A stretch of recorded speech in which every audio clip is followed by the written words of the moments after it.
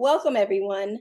I'm here today with a friend and an academic who is doing some awesome work. And one of the reasons that I wanted her to join us and talk to the LA progressive community, because I think the kind of work that she's doing right now is just so important for the country.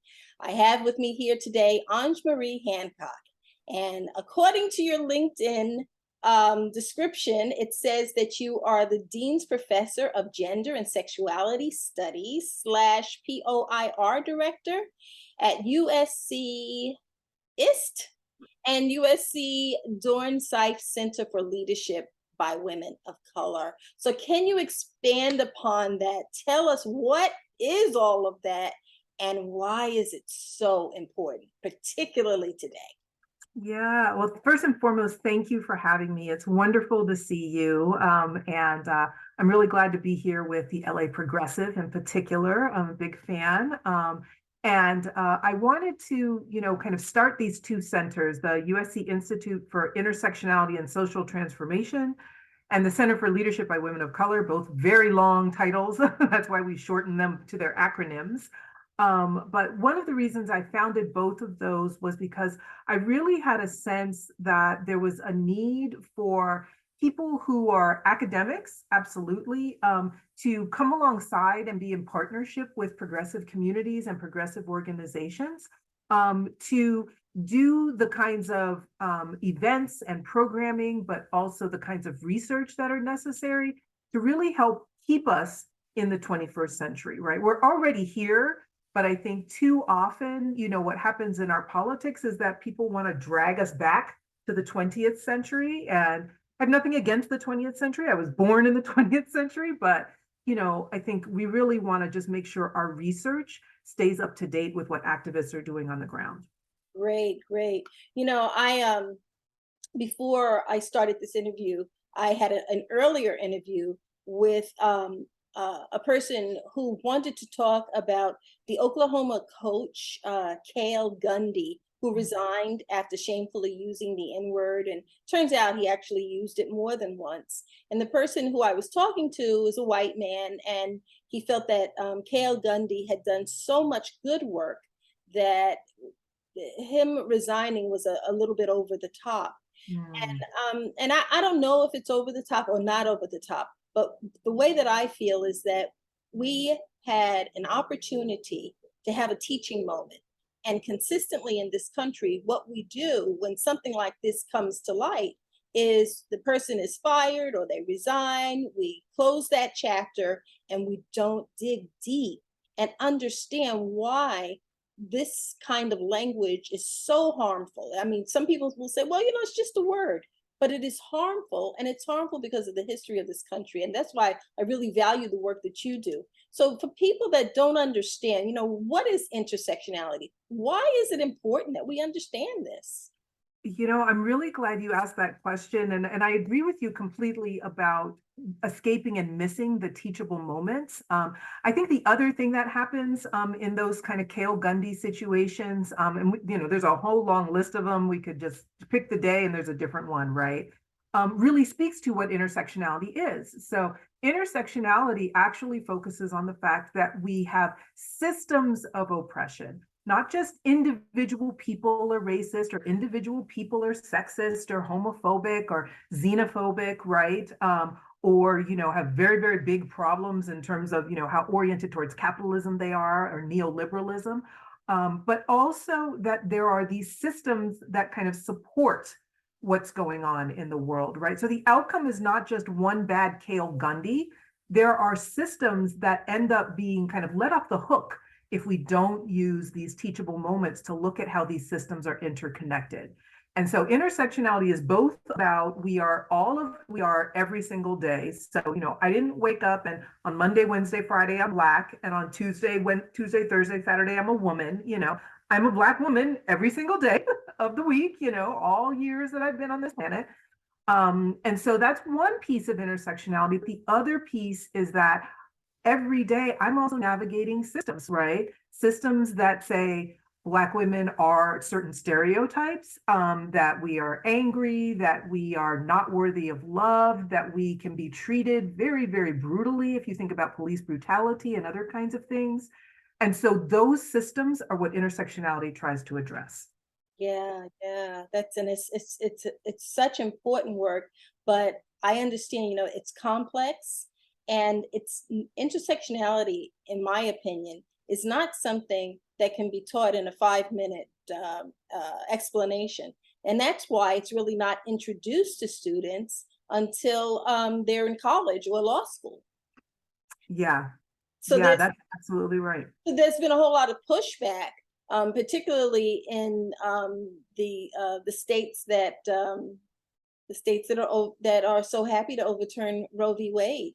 There's been pushback about CRT, and pushback about women having the authority to make decisions about their own bodies. So, if the kinds of work that you do were taught more, not universally, but across the country, what kinds of outcomes would you expect? I would expect a couple of outcomes. And I think this is precisely why people on the right want to kind of shut it down, even though obviously it's not being taught in kindergarten through 12th grade.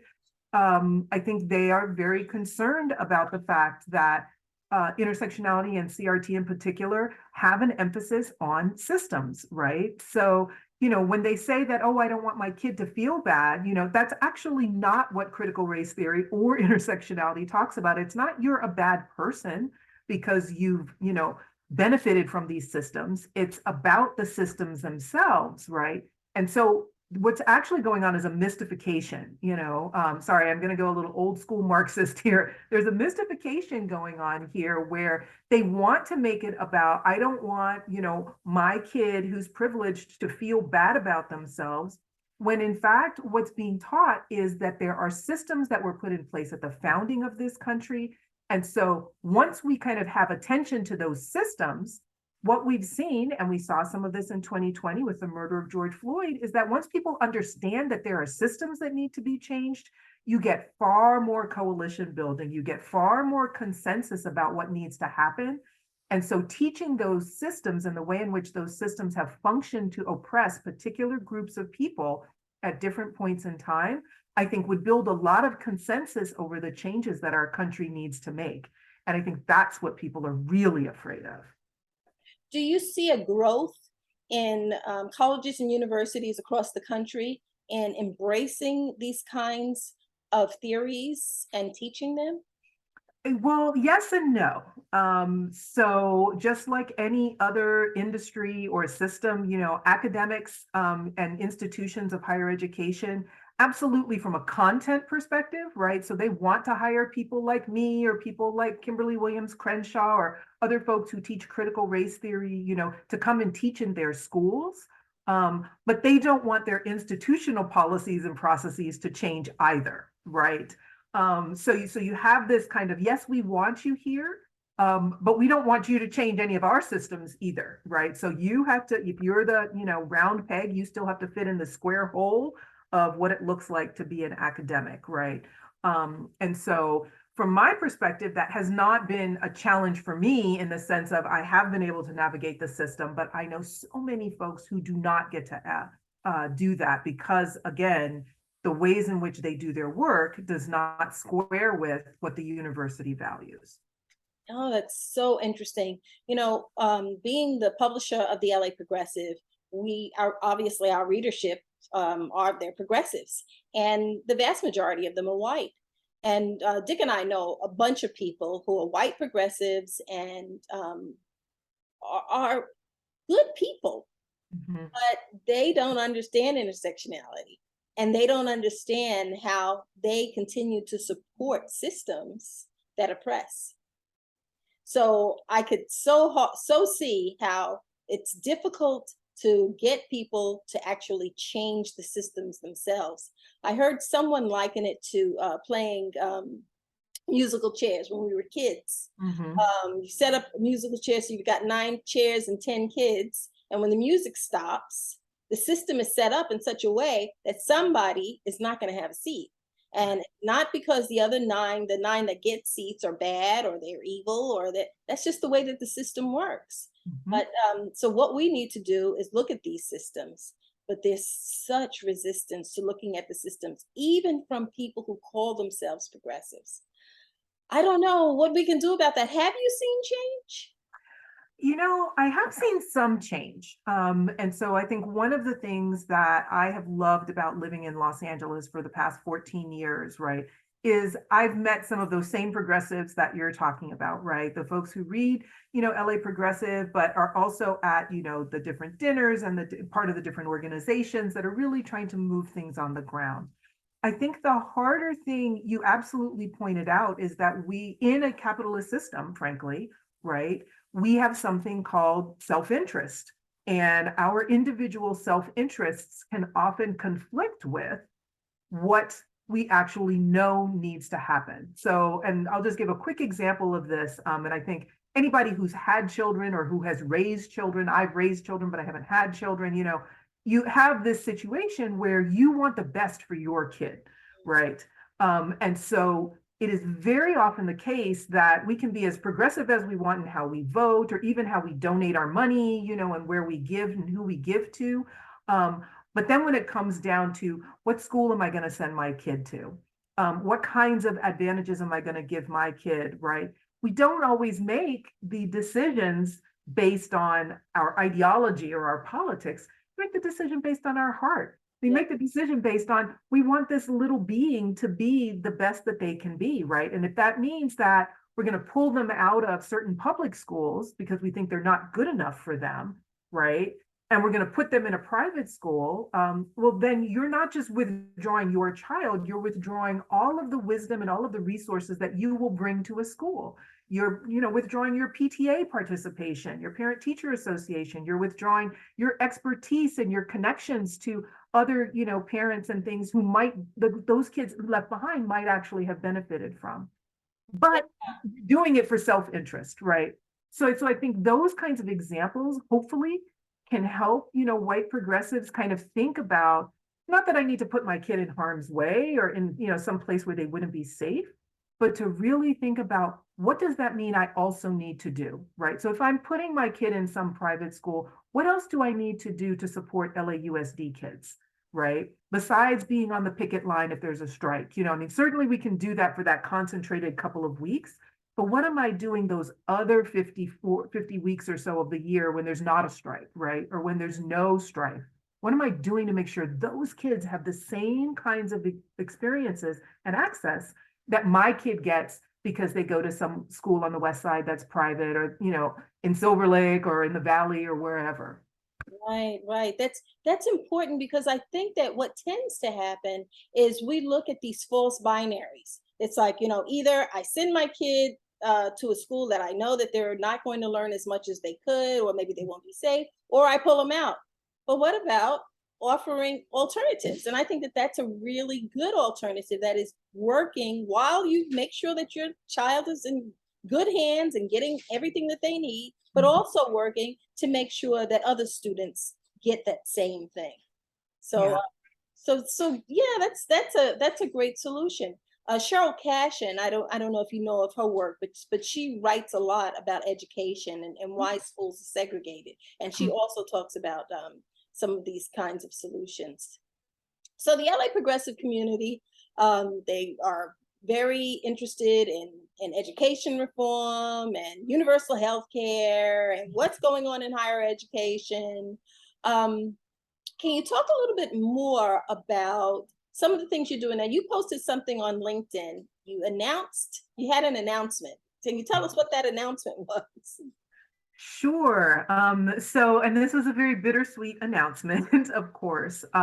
So one of the things that has happened just in the past couple of weeks is that I have been named the new executive director of the William Kerwin Institute for the Study of Race and Ethnicity at The Ohio State University. And so it is it's basically my dream job. I get to literally swim in data and do research all day. So for a nerd like me who loves nothing more than to be in her books and her data all day, that's literally what I get to do all day, every day. And they pay me to do it. So one of the exciting things about the Kirwan Institute is that the Kirwan Institute really has a national reputation for helping policymakers understand how to really change policies so that it can better serve the underserved, right? And so the mission is really around, what does a socially just world look like? So, you can get a sense of why that would be a dream for me to be able to work with policymakers in that way. And, I think one of the areas that I'm really, really concerned about, and I think anybody in LA would be, but I think across the country too, is I'm very much concerned about the lack of affordable housing and the ways in which that does have an impact on children, and it has an impact on those who work in the schools, right? So you have teachers and aides and other folks who can't afford to live near where their school is, and maybe that's because I'm the kid of a teacher. But that's one of the issues that I hope to really do some quality research on so that we can start moving the needle across the country. And then you'll notice that I did say it's at The Ohio State University, right? And when you think about Ohio and where Ohio is in its politics right now, I was born in Columbus, Ohio, and I really feel like now is the time to go back, to really help folks, again, who are on the ground trying to make these changes.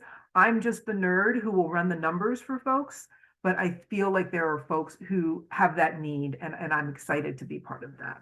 Well, thanks so much for doing that. One of the things that I try to do is take information from brilliant people like you and then translate it into something that an average reader, anywhere from an eighth grade reader, can understand, Mm, and mm, so that I can understand. Certainly, Ohio and the Corwin Institute is really, really lucky to have you. I was just posting an article today about Jalen Walker, mhm, young man who was shot at 60 times. I believe his body received in excess of 45 bullets. mhm, And it's not the first time that we've heard of these kinds of atrocities in Ohio. It's hard to believe that Ohio produced wonderful people like Nina Turner and like yourself. mhm. So we got a lot of work to do, and I'm so glad that you're going to be there to provide the leadership that the Corwin Institute needs, and so that organizations like mine can take that information and make it presentable to a non-academic audience. Yeah, absolutely. One of the things that they actually have done best, frankly, over the past couple of years, is they actually have biweekly presentations by scholars for any member of the community who wants to join. And we do them via Zoom so that you can log on, you just get on the email list and they'll say like what it's about. And they really try and make it very timely and topical, right? So you think about like what's going on in the world, and then, you'll have a scholar or somebody, do that presentation, and you can ask questions and learn more. And so that's definitely one of the things that attracted me to Kirwan. Great, great. So when do you start? I will be there starting on January 1st. So I am that brave person who's going to move in the middle of winter to the Midwest. Oh, for some reason, I just thought that you would handle the position in a remote way. So you're literally leaving us and moving to back to Ohio. I'm literally moving back to Ohio. I'm still going to do my LA based research, so I'll be back and forth. But yeah, I'm bundling up and getting all my coats and my boots together for the Midwest. Wow. Well, congratulations. It's always nice to hear when someone lands exactly where they wanted to land. So Yeah. congratulations. And like I said, the Corwin Institute is lucky to have you. Thank Um, you've written some things, and do you want to talk about any of your writings? Sure. So I have a couple of writings. One, so I'll talk about one that I've published and then one that I'm working on right now because I'm excited about both. So one of the things that we did recently focused on women of color's experiences with California's housing crisis. And so we wrote a report called Finding Home, Staying Home in partnership with California YIMBY. And we were able to analyze millions of women of color's experiences with housing, right? So we had quantitative data where we looked at, about 8 or 9 million women of color who live in California. And then we also did some focus groups where we talked to them. And it was really interesting to see, I mean, certainly when I say that there are 8 or 9 million, women of color living in California, I think we don't really think about that, right? Like we usually think either by race or we think by gender. But again, that intersectional approach means that women of color are a huge part of the 40 million that we have living in California. And one of the things that we found that was unique to the women of color and their experiences was that, we typically think, as we were just talking about, if you're a parent or you're raising a child, you want to move to a place that has the best opportunities for your child, right? And what was really interesting, this was particularly among the Black mothers and the Latinas who were mothers, was that they said, yes, that was absolutely a consideration. So just like any other mom, if you will, right? Or person raising a child. But they also talked about what and in how, what ways that the police played a role in a particular neighborhood. So there was a safety consideration around, is my son, is my child going to be profiled? Is my child going to be surveilled? And they would make choices based on their budget, yes, based on what's, best education that they can afford, but also around, if I've heard a lot about this neighborhood harassing Black or brown boys, I'm not moving my kid to that, right? Or I'm not moving my kid to that. And, there are, places where they're going to get caught up in things that they shouldn't be caught up in, right? And so I think those are the kinds of things that, again, when you talk to women of color themselves, and specifically, not just as part of a racial minority group and not just as part of women in general, you start to hear some of these other things. The second example out of that was really interesting to us, again, was that, one of the solutions that California has been big on is what's called transit-oriented housing. So we build the housing next to the metro, right? Or with good quality access to buses and other kinds of public transportation. And what, again, women of color told us was that that's all well and good, but I don't feel safe on the metro. I don't feel safe on a public bus. And if I don't feel safe on it, I'm not going to benefit at the same rate as a white male who feels comfortable riding metro at all hours of the day and night, right?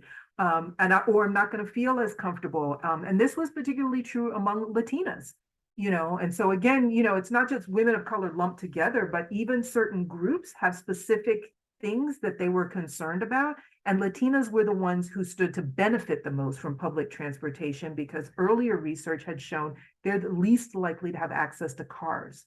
So there was like this real need to be close and use transit, but there was also this real fear of, I don't, want to be a crime victim. So again, that kind of thing is why an intersectional analysis matters, right?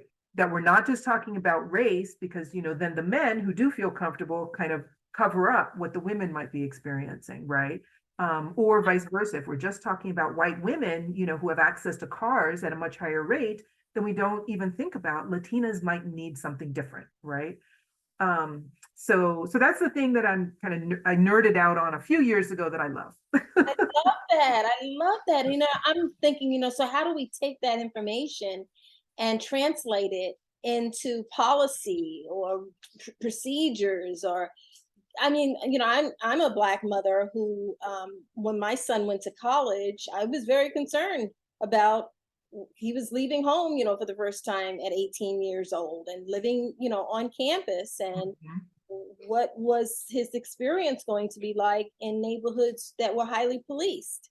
Um, Yes. I hate to say it, I know that USC has been your employer, but one of the schools he wanted to go to that I didn't want him to go to was USC for that very reason. Right. Right. For that very reason.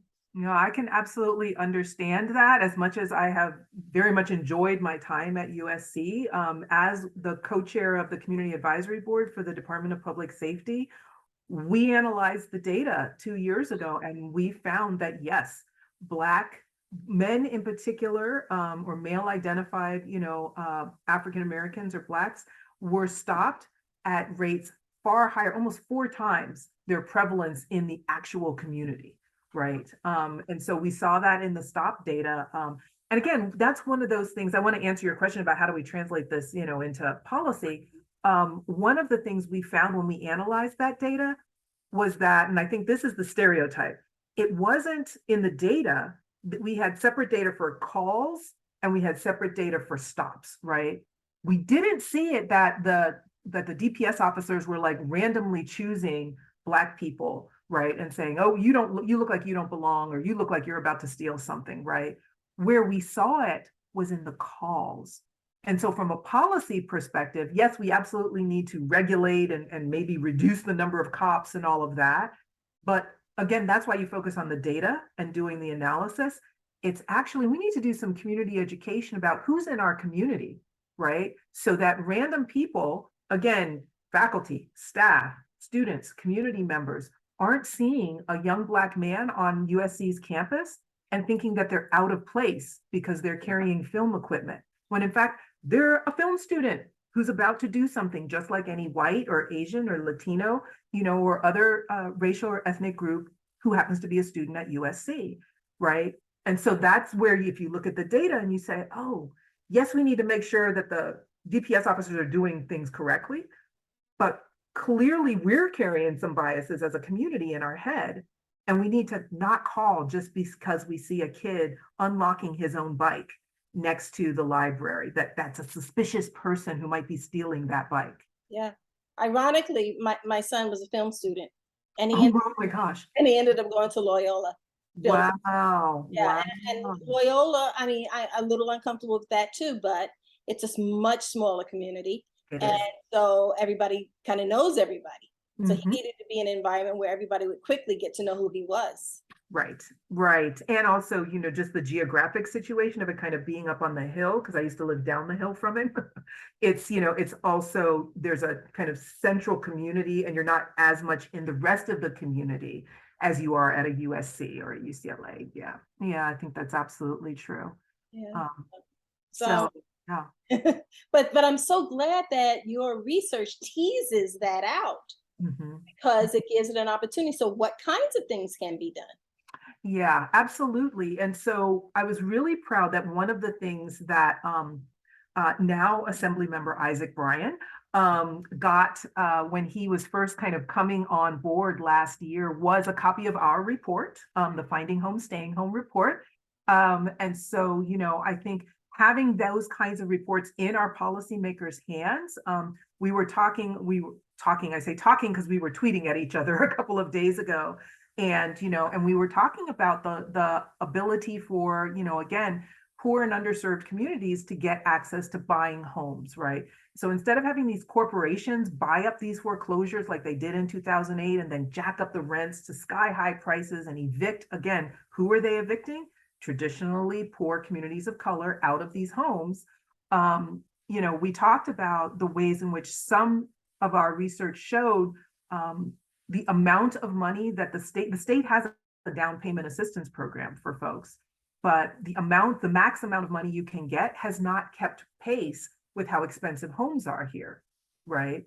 So for example, if the cap is $100,000, but the average price of a home in San Jose is $700,000, that's not a reasonable down payment. That's not even 15%, right? It's certainly not 20%. And so that kind of thing has not advanced. And then the other piece that's not advanced, of course, is that, and we know this across the board, even though we're better in LA and better in California than the rest of the country, wages have not kept pace with inflation, right? So if you're saying that, you have to make less than $60,000 to qualify, well, there are people who are making $70,000 or $75,000 who still can't afford to live anywhere near where their job is either, right? So some of those kinds of out of date things are the things that we hope, will start to change. But again, having the political will and getting the right folks in office really matters. Great. Well, thank you so much, Ange-Marie, for sharing this valuable information with the LA Progressive community. Thank you for doing the work that you do. Our time is up. We Yeah. hope that you'll come back and join us. And if possible, if you can provide us with any links, because I'm going to, write an article about this, embed the video in the article, and any links to anything that you'd like to share with the readers of the LA Progressive. I'd be happy to. And thank you. It was an honor. And as always, it is wonderful to see you. And our conversations are always too short. Take care. So long. All right. Take care.